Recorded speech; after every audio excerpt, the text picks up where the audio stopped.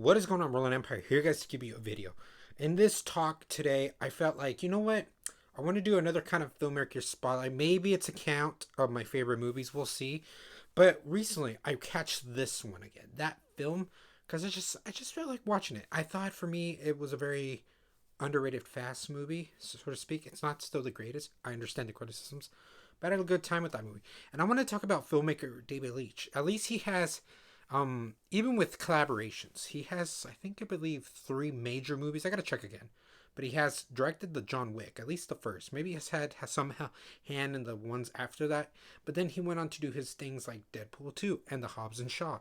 And I gotta say, they really stylistically are really good action films. I have a great time with these. And Deadpool, it's obviously, not David Leitch who makes the movie as fantastic as it can. Ryan Reynolds truly is in some sort of way the filmmaker. But even within that movie too, I still saw things that were glimpses of him, like art style decisions, kind of like just choreographies. I like the choreographies. That's one of the best things he has helped throughout all these movies, which also is part of Civil War when the Russos hired Stileski and Leitch, and they helped out with the coordinations and all that. And you can tell, and you can see certain resemblance. Like it's not identical beat by beat, like the same thing, because maybe they're not the main filmmakers. They still had inputs from other people.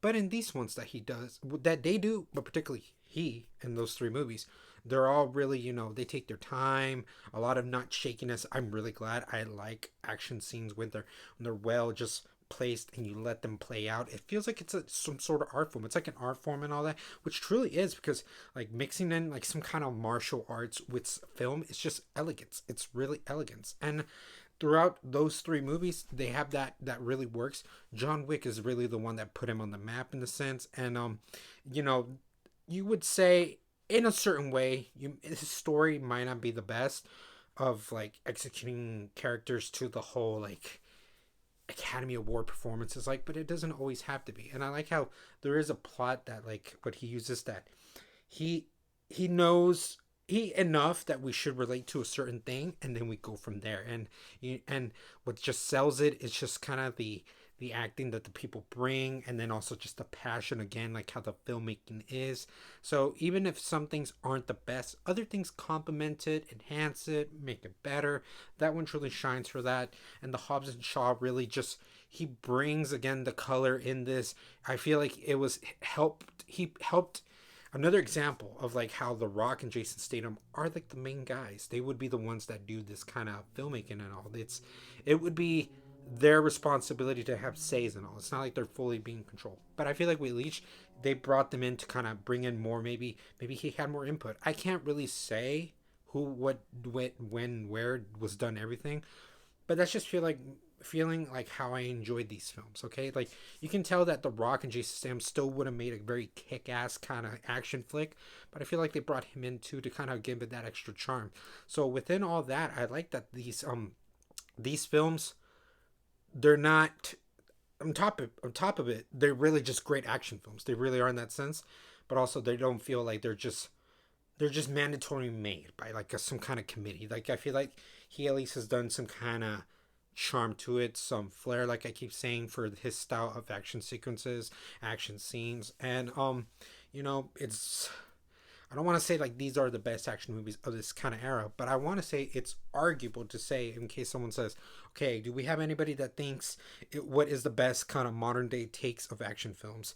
And I would submit these things. I would want to say that they're not as easy to find nowadays, because it's like you usually sell it from action star, and now film is more done by like and hand of many things like actors, directors, cinematographers.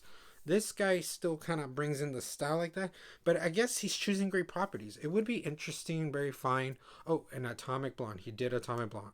I'm just remembering that. Yeah, another good action flick, well run by an incredible actress. So again, like the actors of all these movies with Wick, Hobbs and Shaw, he does a good job with these. And he at least, he brings the style. Like if you're in the action category, you want this guy to kind of be like the one that helms. But again, now I want to see like like I was saying, him maybe take a very, very original kind of script and see how it goes. But still, he's fallen into good projects, some that are, based already from a source, but still, he's made it away in a certain style. And seeing them, these actors, at least give it where, you're not phoning it in. You're not phoning it in. You're giving the best performances you can for the awareness that you know what kind of movie this is. And yeah, like I wouldn't want to say he's underrated, but I am surprised that he doesn't get mentioned as much. I'm not sure. Maybe because after the first movie, he did his own things. Who knows? I still really enjoy it. I really am in the defense of what the guy can do. He's still for me because I don't think any of these movies are bad. I might have reviewed a couple, and the other ones you can kind of consider this part of the reviews. I would say they're more positive. They're definitely more positive on the side for me. Like if I had to kind of rank these movies, it's interesting because they get all really interchange. That's why it's not like a clear cut, but I still find something maybe that's better than the others. Probably because Wick started it, it could be the best. But I've always enjoyed Atomic Blonde for the aesthetics that film has, and Deadpool 2 it's its own thing, and Hobbs and Shaw is probably one of the better ones since the fifth of that franchise. With this being now, it's not the ninth technically, but it's the ninth and the installments and all. So maybe I would say Wick would be the worst because he had co-directions, but also it could be between Atomic Blonde or Hobbs and Shaw because of just not being as witty as the Mr. Wilson franchise and all. But also I do like Atomic because of how original it is, even though it's based on something, and still. It probably still goes to be with Deadpool being the best, maybe that would probably be it. But Hobbs and Shaw still, I get it. Still, it's this franchise is just getting campy, and I get it with the stigma that has. But that one really stood out again. That one brought some creative freshness, like a refreshing kind of take, just creative with directions and all. So I really do enjoy that one too. But all these movies really are arguable to be the best of his franchise of filmography. Let me know, guys, like which one do you think is your favorite? I do enjoy all of them again, like in every way. They still serve its purpose. Like they're entertaining again. Like I like my to use my favorite word. They're entertaining. They're really enjoyable. They really are action packed. With really great, like in a sense, fun characters. There really definitely are fun characters. But like I always say, these are always my thoughts and opinions, okay? I enjoyed it and all, but you can let me know in the comments below, as I always say, guys. Laugh, smile, repeat.